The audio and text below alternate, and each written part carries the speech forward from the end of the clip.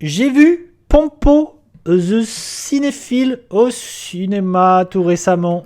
Chose intéressante, c'est que Pompo the Cinéphile, c'est un film de 2021 au Japon et il sort tout juste cette semaine en France, en 2024. Pourquoi est-ce que ça a pris autant de temps? Je ne sais pas. Alors même que c'est un film qui traîne sur internet, sur les réseaux pirates depuis assez longtemps. Mais c'est cool de le voir arriver en salle en France. Ça m'a permis de le voir sur grand écran. Et je pense que c'est surtout un diffuseur qui a essayé de... qui a trouvé cette petite pépite et qui s'est dit ok, je vais lui donner sa chance dans les salles de cinéma. Ce qui est plutôt cool parce que je trouve que c'est plutôt une bonne surprise. C'est une sympathique surprise. Qu'est-ce que c'est? C'est un film de Takayuki Hirao.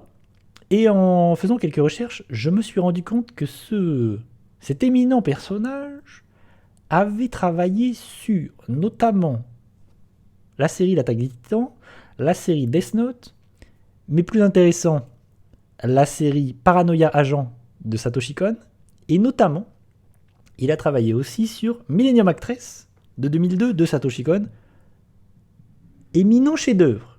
Pourquoi est-ce que c'est intéressant, Millennium Actress?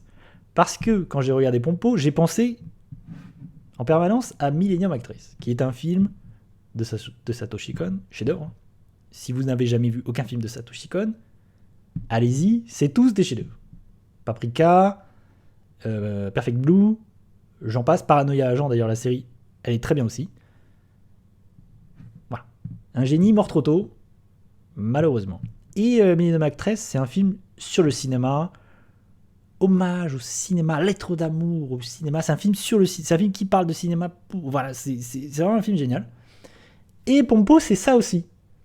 C'est un film qui va parler de cinéma. C'est un film de cinéma sur des gens qui ont une passion pour le cinéma et qui vivent pour cette passion et qui essayent d'atteindre leur rêve de faire du cinéma, d'être actrice, réalisateur. Et c'est très sympathique.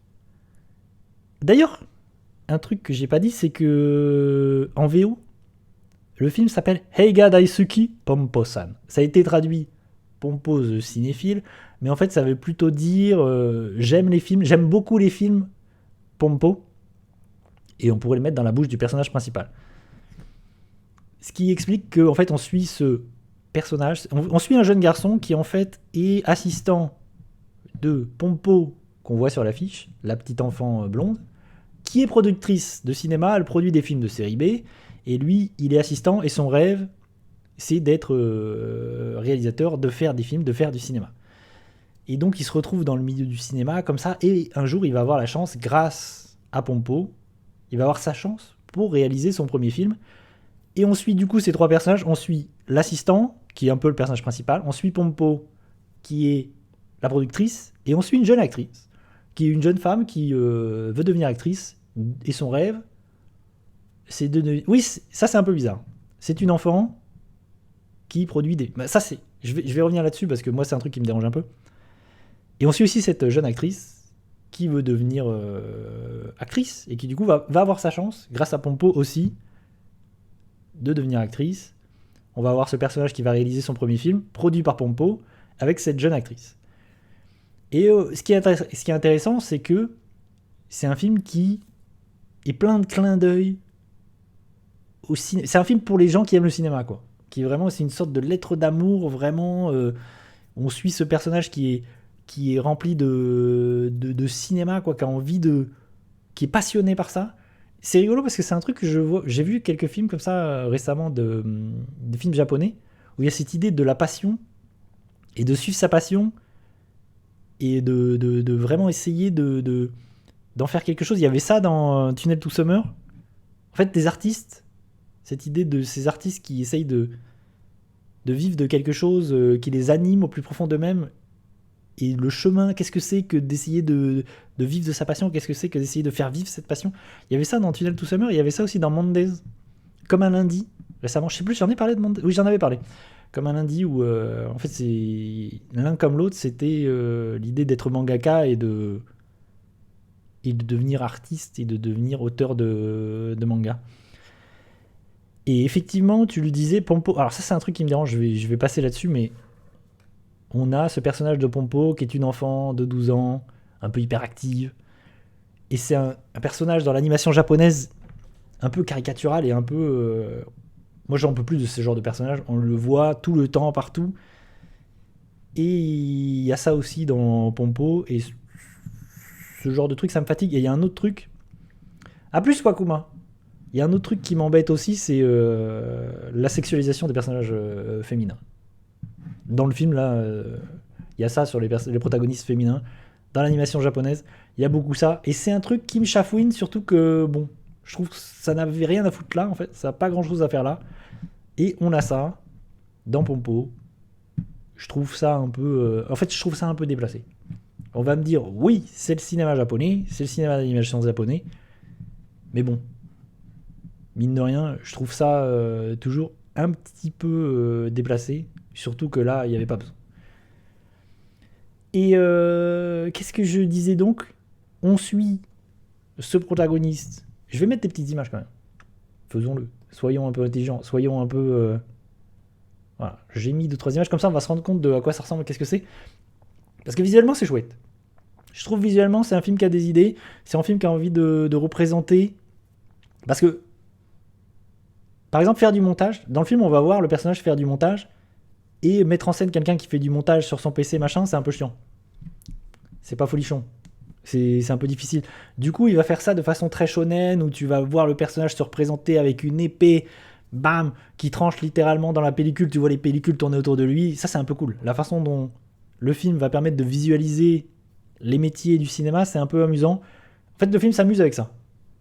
Vraiment, ce côté shonen, ce côté vraiment où... en fait, le Japon est capable de s'approprier des métiers comme ça, des sports, et d'en faire des trucs très shonen. Voilà, dans le manga et dans l'animation, par exemple le Go, ou la pétanque, ou je ne sais quoi, le vélo, le ping-pong, le manga, l'animation japonaise, s'approprie ce genre de trucs et en fait des trucs très cinématographiques, très spectaculaires. Ça, c'est un peu rigolo. Et là, c'est le cas dans l'univers du cinéma. Le film s'amuse à en faire des trucs spectaculaires avec des... Voilà, on le voit là, il y a des pellicules qui tournent autour du personnage. C'est un peu amusant, c'est un peu rigolo.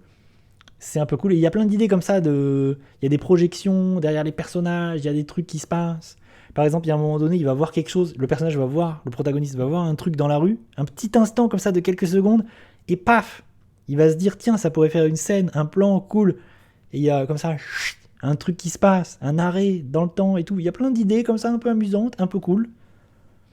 Le problème, il y a plein de transitions. D'ailleurs, le film travaille beaucoup, je trouve, les transitions aussi, c'est pareil.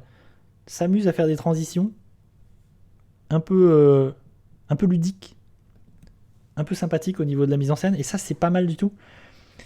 Le problème, moi, je trouve, c'est que je le compare tout le temps à Millennium Actress.